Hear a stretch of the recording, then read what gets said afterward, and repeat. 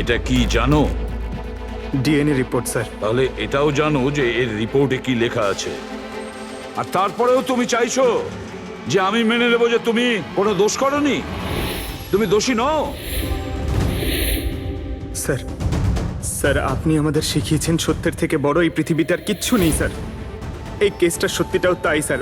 আমি কাউকে খুন করিনি স্যার, সত্যি বলছি স্যার। তুমি যদি খুন না করে থাকো তাহলে তোমার রক্ত ওই অস্ত্রতে লাগলো কি করে পঙ্কজ? আমি জানি না স্যার। Damn it! জানো না মানেটা কি? হ্যাঁ, এই যে তোমার হাতে চোট লেগেছে, ওই যে রক্ত চিহ্নটা রয়েছে, সেটাই চিৎকার করে বলছে খুনি তুমি পঙ্কজ, তুমি।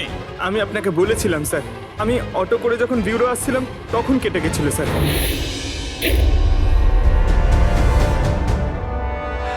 স্যার এটাও তো হতে পারে যে কেউ পঙ্কজকে ফাঁসানোর চেষ্টা করছে।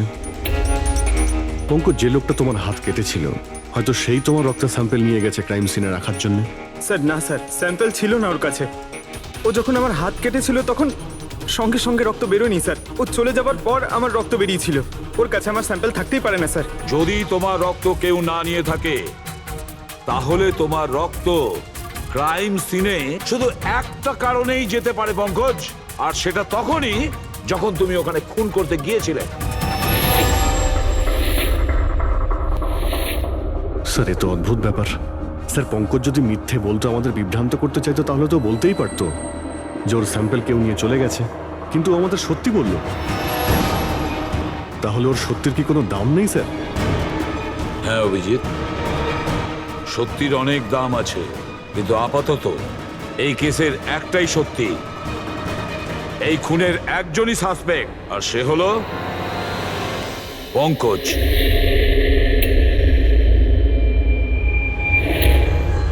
আমি তোমাকে সিআইডি থেকে সাসপেন্ড করছি।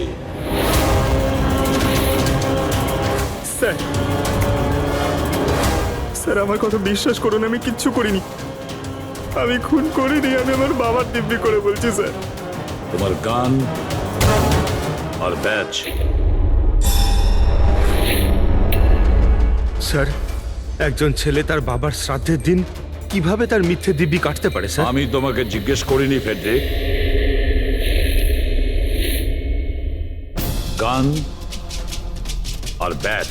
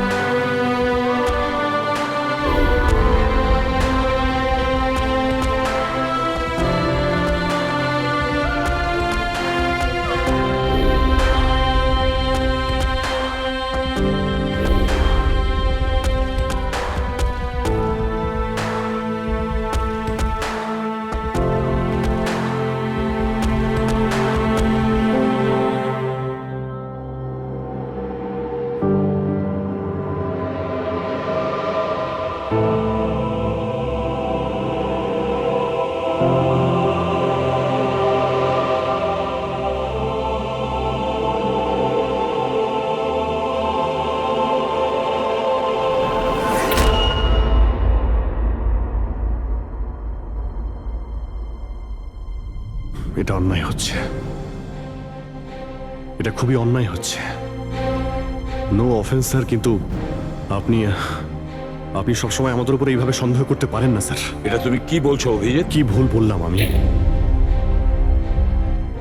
যখনই কোনো সিআইডি অফিসারকে মিথ্যে ব্লেম দেওয়া হয়েছে, আপনি আমাদের উপর কখনোই ভরসা করেন না। এটা তুমি কি বলছো অভিজিৎ? আমি তোমার কাছে এটা আশা করিনি। স্যার, আমাদেরও আপনার কাছে কিছু আশা থাকে স্যার। আপনার একটা ইশারায় আমরা যে কোনো মুহূর্তে জীবন দিতে প্রস্তুত থাকি। তাহলে এটুকু আশাও কি অন্যায় যে আপনি খারাপ সময় আমাদের পাশে থাকবেন, আমাদের আপনি সহযোগিতা করবেন? তোমাদের আমি সহযোগিতা করি না? সত্যিটা জানার চেষ্টা করিনি? সত্যিটা জানার চেষ্টা করে অনেকবার আপনি আমাদের আত্মসম্মানে আঘাত করেছেন স্যার। আমাদের দায়িত্ব আর কর্তব্যকে আপনি সন্দেহ করেছেন। যখন আমাকে মিথ্যে অপবাদ দেওয়া হয়েছিল, আপনি আমার উপরে ভরসা করেননি স্যার। আর যতক্ষণ পর্যন্ত অভিজিৎ নিজেকে নির্দোষ প্রমাণিত করছে, ওকে জেলেই থাকতে হবে। যখন দয়াকে মিথ্যে অপবাদ দেওয়া হয়, তখন ওকেও আপনি ভরসা করেননি স্যার। কিন্তু হয়তো আপনি একটা কথা ভুলে গেছেন, একবার আপনাকেও এরকম মিথ্যে অপবাদ দেওয়া হয়েছিল স্যার।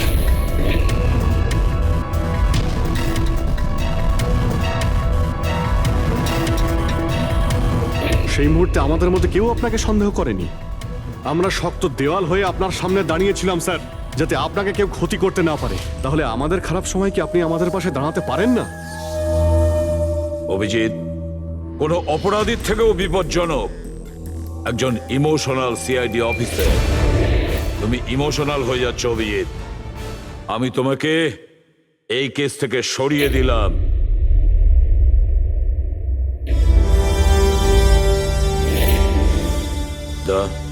পুরবি, আজ থেকে পঙ্কজের কেস তোমরা দুজন ইনভেস্টিগেট করবে। শুধু শুধু তোমরা দুজনে। ঠিক আছে স্যার। এখন আমার উপরে আপনার এতটুকুও ভরসা নেই যে এই কেসটাকে আমি নিউট্রাল ভাবে দেখতে পারবো কিনা। এত বছর ডিউটির পর এরকম মেডেল তো ভাগ্যবানেরাই পায়। Thank you sir.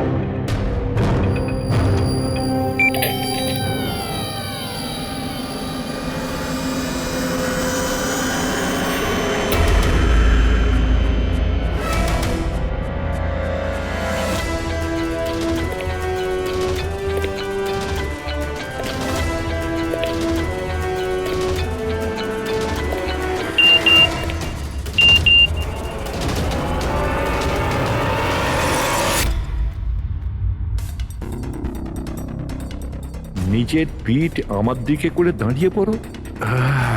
চলো এটাও করে দেখে নি।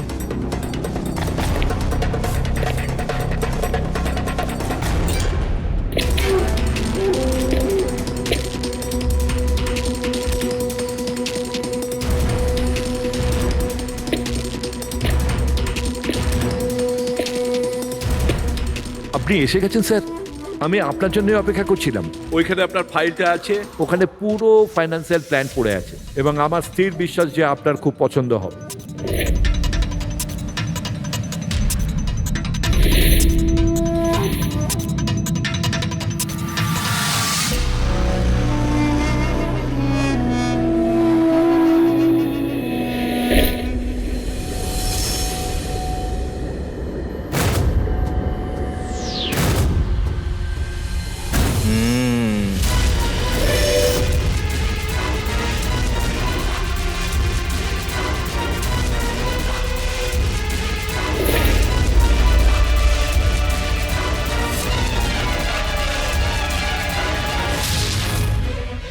আরে এ তো নকল।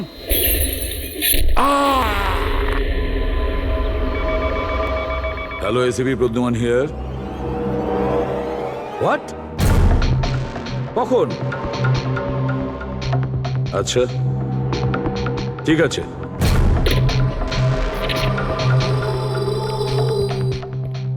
অভিজিৎ, বিক্রম বিজয় খুন হয়েছে। বিক্রম বিজয় মানে ওই কেলেঙ্কারি কেসের? হ্যাঁ হ্যাঁ, ওই বিক্রম বিজয় আজও আইনকে ফাঁকি দিয়ে পালাচ্ছিল, আর আজও খুন হয়েছে ওরই বাড়িতে। একদিন না একদিন তো এটা হওয়ারই কথা ছিল স্যার। এত শত্রুও পুষেছে ঘরের মধ্যে। Sir I am really sorry sir, একটু লেট হয়ে গেলাম।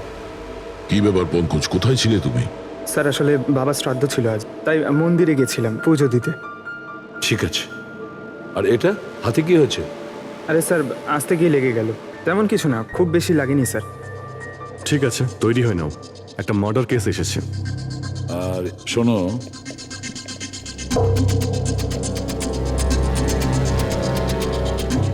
কার আবার মার্ডার হলো? বিক্রম বিজয়।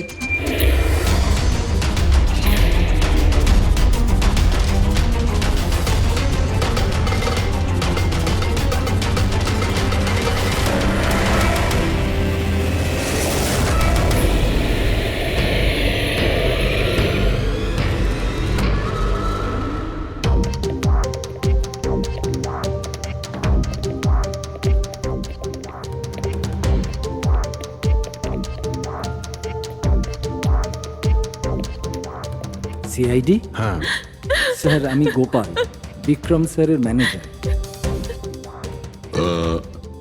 এই তিনজন কারা? এ মোহিত, বিশাল আর ও হলো রাঘব, এরা স্যারের সিকিউরিটি গার্ডস। ও, আর ইনি? ইনি বিক্রম স্যারের ওয়াইফ মধু ম্যাডাম, আর বাকিরা সব স্টাফ। বডি কোথায়? স্যার বডি ভেতরে আছে। এই ঘাড়ে আঘাত করেছে আর পেট আর বুকেও মেরেছে। খুনি এটা শিওর হতে চেয়েছিল যে কোনোভাবেই যেন এ বেঁচে না যায়।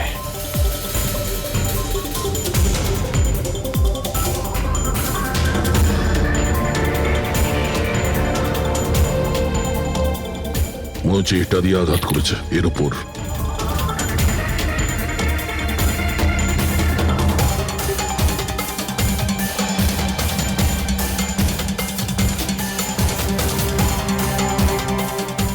বিক্রমের ফোনে শেষ মেসেজটা কোনো আননোন নাম্বার থেকে এসেছিল।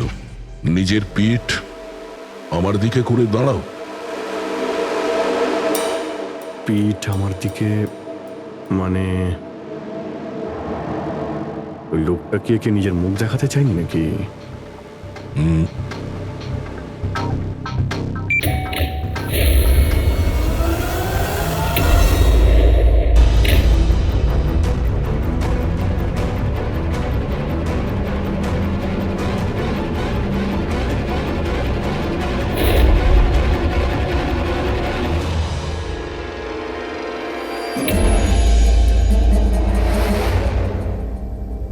এই দেখুন স্যার, ফুলদানি থেকে আমি কি পেয়েছি।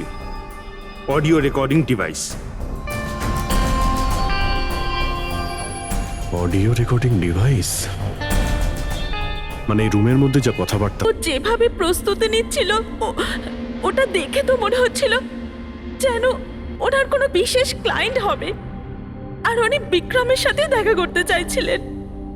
এই ক্লায়েন্ট বিক্রমের কন্ট্যাক্টে এলো কি করে? স্যার আমার জন্যে ও আগে আমাকে কন্ট্যাক্ট করেছিল। ও বিক্রম স্যারের পুরো ইতিহাস ভালো করে জানতো, আর বিক্রম স্যার ওর এই হোমওয়ার্কে খুব ইমপ্রেসড হয়েছিল, আর উনি আমাকে মিটিং ফিক্স করতে বলেছিলেন। আপনি ওর সঙ্গে আগে দেখা করেছিলেন? না স্যার, ওই ফোন করেছিল, আর সেটাও প্রাইভেট নাম্বার থেকে।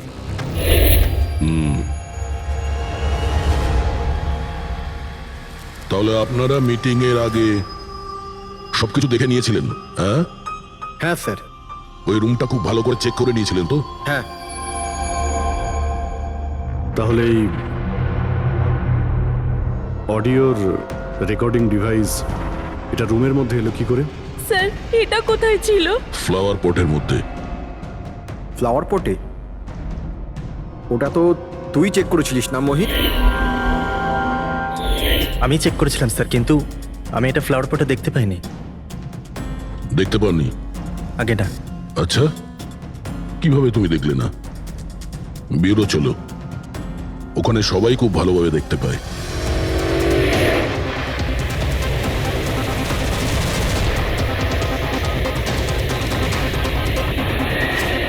মোহিতের উপর নজর রাখবে। গুলি চালাবে না। কৈলাস স্যার, আপনি? কে ইনি? ইনি সিবিআই অফিসার কৈলাস বাবু। কেমন আছেন স্যার? দারুণ। কি ব্যাপার স্যার, হঠাৎ করে আপনি আমাদের রাস্তা আটকে দিলেন? অভিজিৎ, আমার ওই লোকটাকে চাই যে তোমাদের সিআইডির গাড়িতে বসে আছে। মোহিত? ও ও আমাদের অপরাধী স্যার, ওকে আমরা ব্যুরোতে নিয়ে যাচ্ছি ইন্টারোগেট করার না জন্য। অভিজিৎ, ও অপরাধী নয়, ও একজন সিবিআই অফিসার। কি বলছেন আপনি? এই মোহিত সিবিআই অফিসার?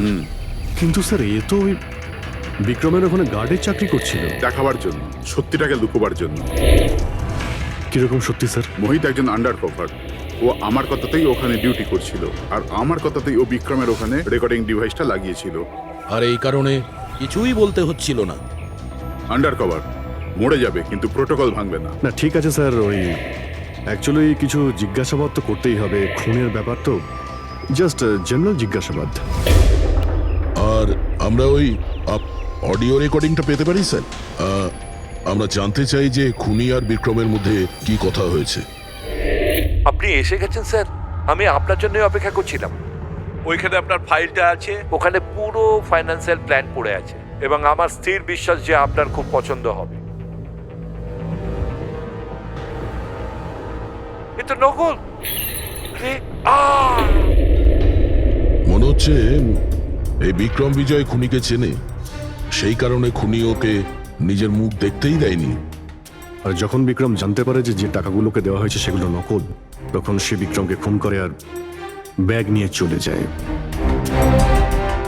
একটা কাজ করি আমরা, এই মোহিতকে, আন্ডার কভার পুলিশকে কিছু জিজ্ঞাসাবাদ করি। আই এম সরি স্যার, এই কেসটা এখনো বন্ধ হয়নি। এই জন্য আমি যদি আপনাদের এর থেকে যদি কিছু বেশি বলি তাহলে প্রোটোকল ভাঙা হবে, হুইচ আই ডোন্ট ওয়ান্ট। দেখো মোহিত, আমি তোমার প্রোটোকলকে রেসপেক্ট করি। এমন তো কিছু পেয়েছো তোমার ইনভেস্টিগেশন চলাকালীন যেটা হয়তো তোমার প্রোটোকলের মধ্যে পড়ে না, আর সেই জন্য তুমি আমাদের কিছু বলতে পারো।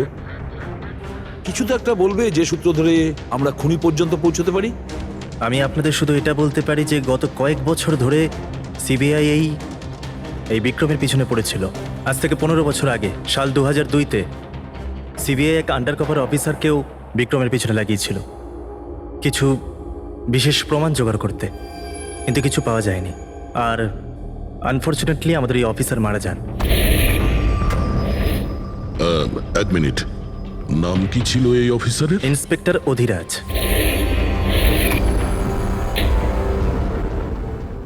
ইন্সপেক্টর অধিরাজ? এই বোতলে যে রক্তটা আছে, এই রক্তে বিক্রমের ডিএনএ ছাড়াও অন্য কারো ডিএনএ আছে। বিক্রমের ডিএনএ ছাড়াও অন্য কারো ডিএনএ আছে? তুমি বলতে চাইছো অন্য কেউ ছিল? কে ছিল সালুকে?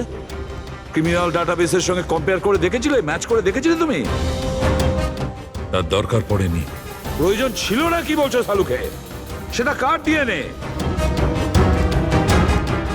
ওই ডিএনএ হ্যাঁ, পঙ্কজের। হোয়াট? ওই ডিএনএ পঙ্কজের? আমাদের পঙ্কজের? আমাদের পঙ্কজের। এটা কি করে হতে পারে? সিআইডি অফিসার হলো পঙ্কজ। সিআইডি অফিসার পঙ্কজ খুন করতে পারে?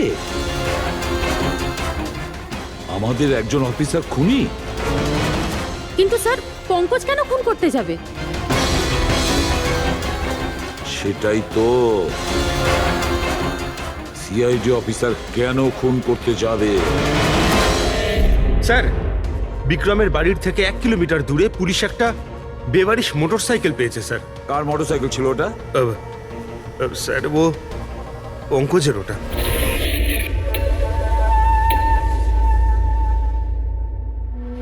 ভাবছিলাম তাই। তার মানে পঙ্কজের বাইকটা পাওয়া গেল ওখানে, আর আপনাদের কারুর অবাক লাগলো না? ফ্রেডি, বিক্রম বিজয় যে মারা গেছে আজ 15 বছর আগে অধিরাজ বাবু পঙ্কজের বাবা একটা আন্ডার কভার কব বডিগার্ড সেজে বিক্রম বিজয়ের বিরুদ্ধে প্রমাণ জোগাড় করছিল, আর সেই কারণে ও মারাও গেছে। তার মানে স্যার পঙ্কজ এটা ভাবে যে পঙ্কজের বাবার মৃত্যুর পিছনে এই বিক্রম বিজয়ের হাত রয়েছে, আর এই জন্য ও ওর বাবার মৃত্যুর প্রতিশোধ নেবার জন্য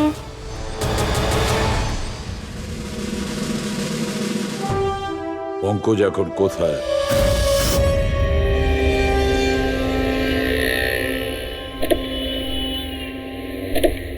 আরে স্যার, আপনারা? আরে এই প্রশ্নটাই তো আমরা তোমাকে জিজ্ঞেস করছি। তুমি এখানে কি করছো? তুমি তো অসুস্থ ছিলে। আরে স্যার, বাইক চুরি হয়ে গেছিল আমার। এই সামনের থানাতেই রিপোর্ট লেখাতে এসেছিলাম। এই দেখুন। আমরা জানি তোমার বাইকটা কোথায়। আপনারা কি করে জানলেন স্যার? তোমার বাইক বিক্রম বিজয়ের বাড়ির কাছে পেয়েছি। সেই বিক্রম বিজয় যে তোমার বাবার খুনি। যখন বিউরোতে এসিপি স্যার বলল যে বিক্রম বিজয়ের খুন হয়েছে, তখন তুমি জানতে না ওই বিক্রম বিজয়? হ্যাঁ স্যার। আরে তাহলে তুমি বিউরোতে কেন বললে না? তোমার বলা উচিত ছিল যে বিক্রম বিজয়ই তোমার বাবার খুনি। স্যার, বাবা শ্রাদ্ধ ছিল স্যার। মন্দির থেকে বিউরো আসছিলাম, ওনার ব্যাপারেই ভাবছিলাম, আর কিছু খেয়াল ছিল না স্যার। একদম কিছু মাথায় আসছিল না, বুঝতেই পারছিলাম না কি করব। আর এই যে তোমার হাতটা কাটা, এক্স্যাক্টলি কি হয়েছিল? স্যার, এটা তো মন্দির থেকে যখন আমি অটোতে ফিরছিলাম।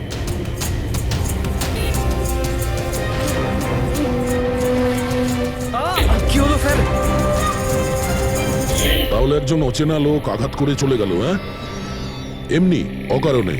স্যার, আমি জানি বিশ্বাস করাটা একটু কঠিন, কিন্তু এটাই সত্যি। আচ্ছা পঙ্কজ, তুমি সবসময় তো বাইকে করে বিউরোতে আসতে, হঠাৎ তুমি অটো করে কেন এলে? হঠাৎ করে না স্যার, আমার বাইক তো দুদিন ধরে খারাপ হয়ে রয়েছে। তাহলে তোমার খারাপ হয়ে যাওয়া বাইকটাকেও নিয়ে গেল, সে ওটাকে রিপেয়ার করলো, আর ঠিক হয়ে যাওয়ার পর ওটাকে একটা ফাঁকা জায়গায় ফেলে দিয়ে এলো, তাও কাকতালীয় ভাবে এমন একজনের বাড়িতে ফেলে দিয়ে এলো যার আজই খুন হয়েছে, আর যে তোমার বাবার খুনিও। স্যার, আপনারা আমাকে সন্দেহ করছেন? আপনাদের মনে হচ্ছে ওই বিক্রম বিজয়কে আমি মেরেছি?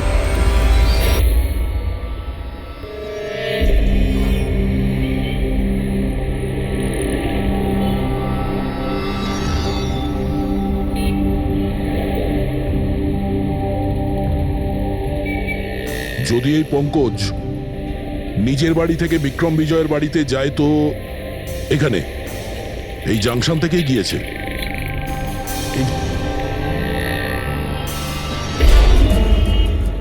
স্যার, সিগন্যালে সিসিটিভি ক্যামেরা রয়েছে।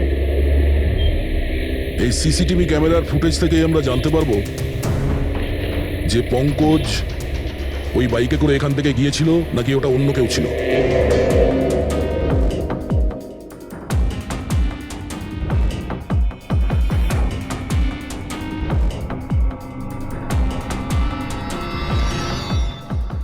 এক মিনিট রিওয়াইন্ড করো, পজ করো। স্যার, এই দেখুন, একে পঙ্কজের মতনই দেখতে লাগছে না? বাইকের নাম্বার হলো XYA4784। স্যার, পঙ্কজের বাইকের নাম্বারও এটাই?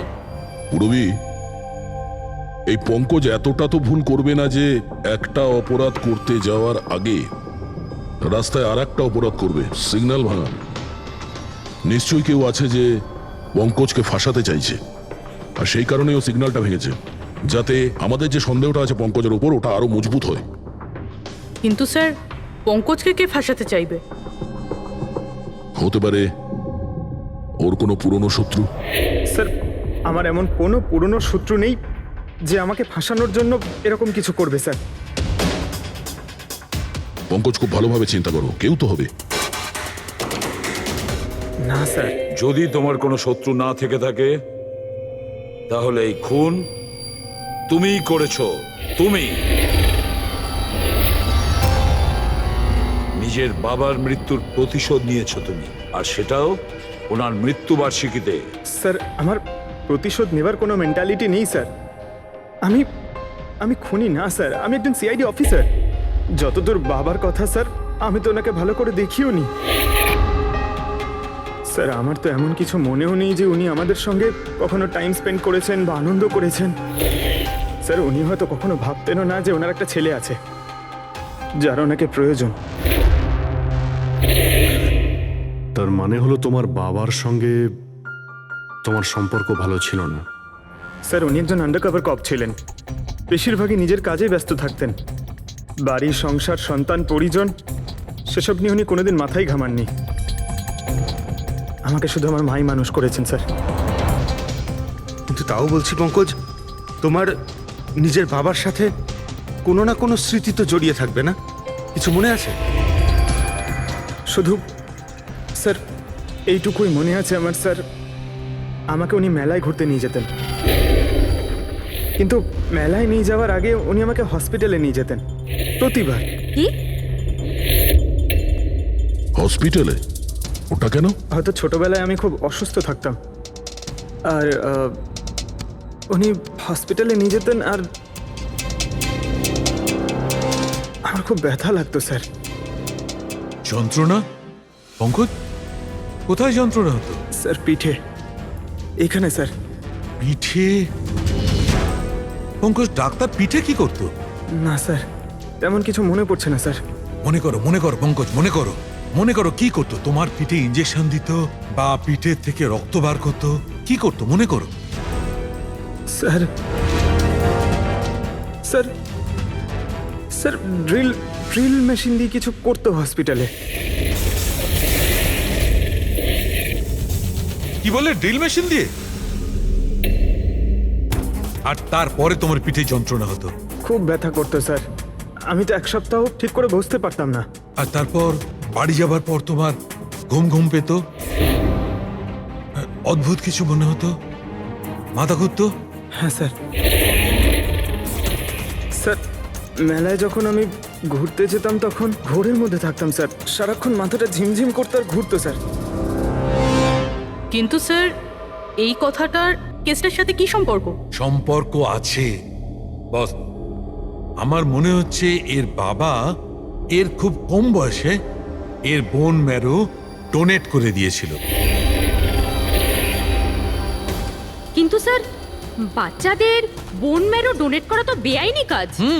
বেআইনি কাজ, কিন্তু আমার মনে হচ্ছে বস টাকার জন্য বা যে কোনো কারণেই হোক ওই ডক্টর এর বাবার জন্য এই সমস্ত করেছে।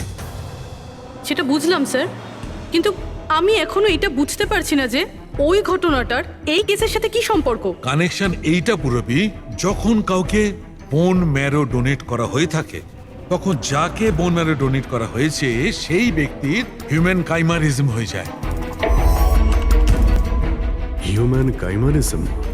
এটা কি ডক্টর সালুখে? মনে করো যে লোকটাকে বোন ম্যারো ডোনেট করা হয়েছে সেই ব্যক্তিটির শরীরে দুটো ডিএনএ তৈরি হয়ে যায়।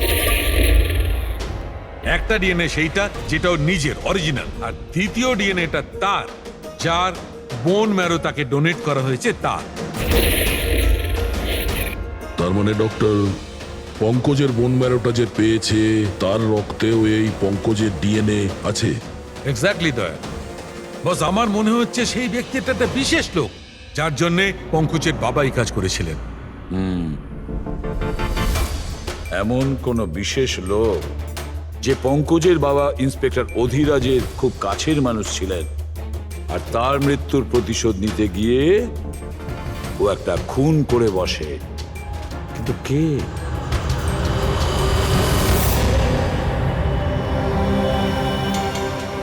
দয়া।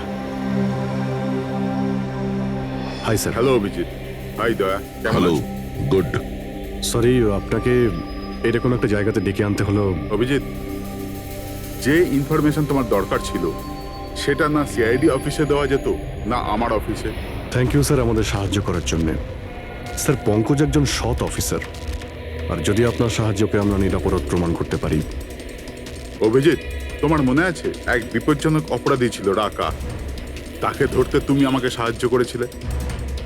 তা ধরে নাও আমি সেটারই ঋণ মেটাচ্ছি। এসব আপনি কি বলছেন স্যার?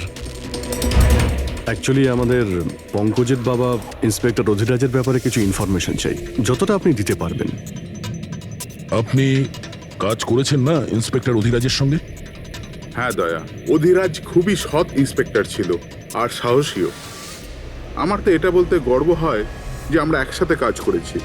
স্যার অ্যাকচুয়ালি আমরা এটাই জানতে চাই যে ওনার আন্ডারকভার মিশনের সময় ওনার সঙ্গে কারো কি কোনো গভীর সম্পর্ক হয়েছিল? কোনো নতুন পরিবার সেরকম কিছু? অভিজিৎ, এই যে আন্ডার কভারদের যে দুরকম জীবন হয়, খুব কঠিন হয় সেটা সামলানো। এই পুলিশেরাও তো মানুষ হয় নাকি, আর তাদেরকেও সেই সীমাটা পেরিয়ে যেতে নেই যেটা ও পেরিয়ে গিয়েছিল। মানে ওনারও কারোর সঙ্গে ভালোবাসা হয়েছিল? ওনারও কোনো অন্য পরিবার ছিল? হ্যাঁ, অধিরাজের দ্বিতীয় স্ত্রী বাচ্চা জন্ম দিতে গিয়ে মারা গিয়েছিল। ও, আর অধিরাজ বাবুর মৃত্যুর পর এই দ্বিতীয় বাচ্চাটার কি হয়েছে?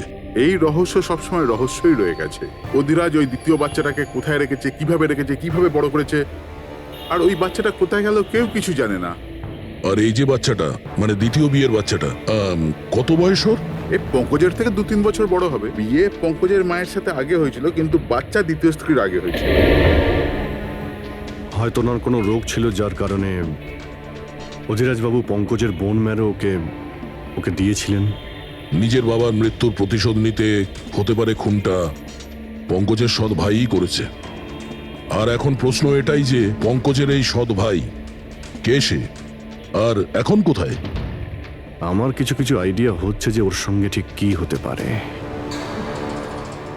দেখুন স্যার, আমাদের আরো একটা সাহায্যের খুব প্রয়োজন।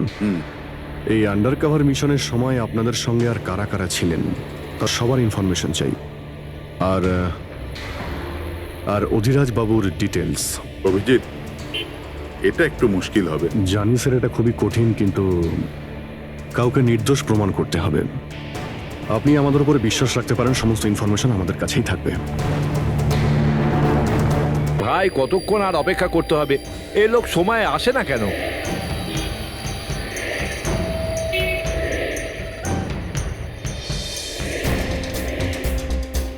আরে ভাই, আধ ঘন্টা ধরে অপেক্ষা করছি। আজই আমার পুরো টাকা চাই। আজই আমাকে এই শহর ছেড়ে দিতে হবে। তোর হিসাব দা আমি আজ এখনই এই মুহূর্তে করব।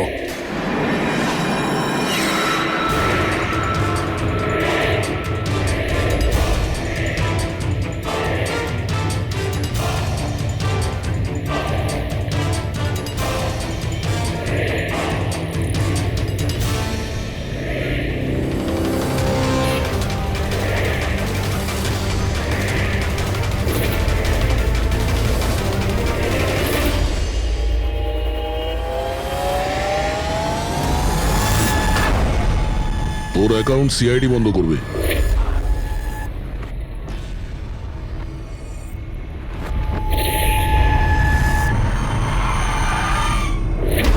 বাবার ধার মেটানো প্রত্যেক সন্তানের কর্তব্য, আর যে ছেলে এটা করে তাকেই ভালো ছেলে বলা হয়, আর সেটা হলাম আমি। তুমি তো কিছু করনি, আমি নিয়েছি আমার বাবার মৃত্যুর বদলা। দেখো মোহিত, তোমাদের বাবা ইন্সপেক্টর অধিরাজ একজন সৎ, একজন কর্তব্যপরায়ণ পুলিশ অফিসার ছিলেন। কি ভাবছিলে তুমি? তোমার মতন একজন অপরাধীর বাবা হয়ে গর্ব করতেন, নাকি পঙ্কজের মতন একজন সৎ সিআইডি অফিসারের উপর? তার সত্যি কথা বলতে তো বাবার সব সময়ই এই পঙ্কজের উপর গর্ব ছিল, আর ভালোবাসতো একেই বেশি। আমাকে তো উনি অনাথ আশ্রমে দিয়ে দিয়েছিলেন স্যার, যাতে ওনার দ্বিতীয় পরিবারের ওপর কোনো আঁচ না আসে। তুমি যখন এই কথাটা জানতে আমাদের কাছে এলে না কেন? আমি তো তোমার ভাই, একসঙ্গে ধরতাম বিক্রমকে, তাও আইনের পথে। চাই না আমার তোমার সাহায্য। আমাদের বাবার হত্যাকারীকে কিভাবে ধরতে হবে, কিভাবে ওর উপর প্রতিশোধ নিতে হবে, এর প্ল্যানিং আমি আগে থেকে করে রেখেছিলাম, অনেক দিন থেকে। আর এটাই হলো কারণ আমার সিবিআই অফিসার হওয়ার। আর ঠিক আমার বাবার মতোই একটা আন্ডার কভার মিশনে গেছিলাম ওই বিক্রমের বিরুদ্ধে, কিন্তু এইবার তাকে সাজা দেওয়ার জন্য নয় স্যার, বরং ওকে শেষ করার জন্য। একজন সিবিআই অফিসার হয়েও তুমি অপরাধ করেছো, তোমাদের মতো অফিসারের জন্যই সবাই আইনের উপরে ভরসা করতে পারে না। এই কাজে কেতন তোমাকে সাহায্য করেছিল না? হ্যাঁ স্যার, কেতনও আমার বাবার সাথে কাজ করত। সেও একজন আন্ডার কভার অফিসার ছিল। সেই আমাকে সবকিছু বলেছে। আর তার বলাতেই আমি জানতে পারি যে ছোটবেলায় আমার একটা অপারেশনও হয়েছিল। আর যখন তুমি জানতে পারলে যে তোমার রক্তে দুটো ডিএনএ আছে, একটা তোমার আর একটা আমার, তুমি খুন করে আমাকেই ফাঁসিয়ে দিলে। হ্যাঁ, আর এই জন্য আমার রক্ত বার করে আমি ওই অস্ত্রের ওপরে ছড়িয়ে দিয়েছিলাম। আর তারপর তোমার হাত কেটেছিলাম, যাতে এক তীরে দুই পাখি মরে।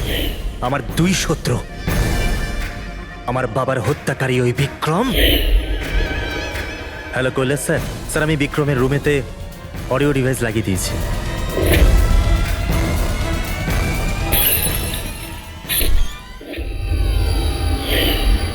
আর তুমি আমাকে এত ঘৃণা করার কারণ কি ভাই? কেন করবো না বলো তো?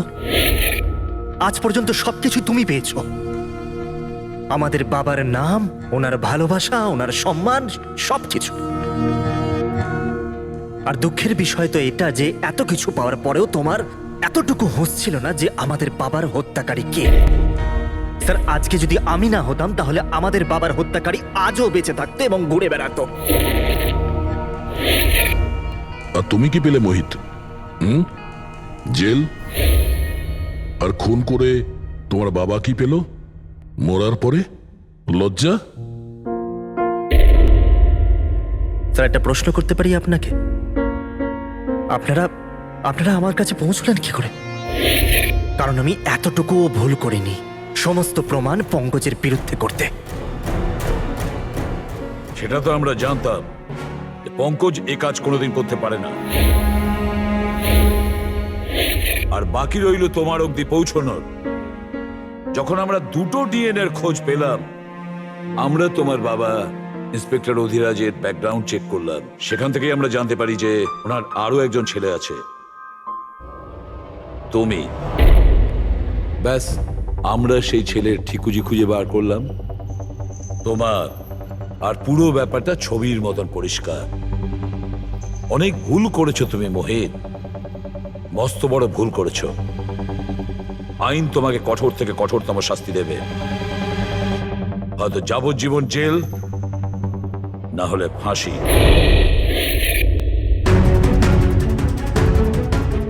ফ্রেডরিক,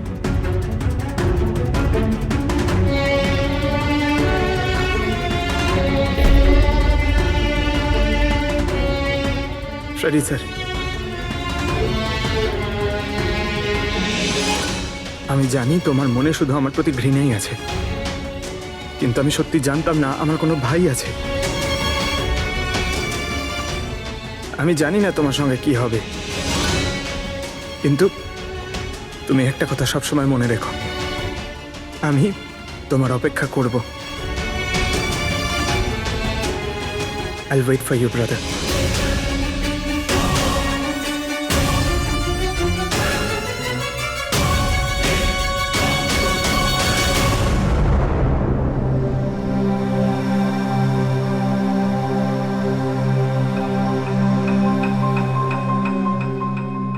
পঙ্কজ, দেখো, তোমার যে ভালো দিকটা আছে না, সেটা কিন্তু বাঁচিয়ে রাখবে খুব ভালো করে।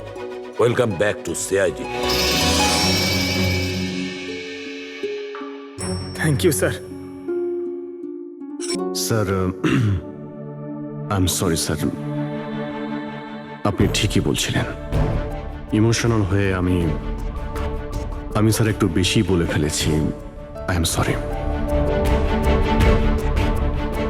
দেখো অভিজিৎ, তোমরা সবাই আমার কাছে শুধু সিআইডি অফিসার নও, তোমরা আমার গর্ব, আমার আত্মবিশ্বাস, তোমরা আমার শক্তি। তোমরা আর এসিবি প্রদ্যুমান আজ পর্যন্ত নিজের শক্তিকে সন্দেহ করেনি, না কোনোদিন করবে। সময় তো সব সময়ই মানুষের পরীক্ষা নেয়, কিন্তু কর্তব্যের পথে চলার সময় যদি নিজের সন্তানের ওপরেও গুলি চালাতে হয়, আমাদের হাত যেন না কাঁপে।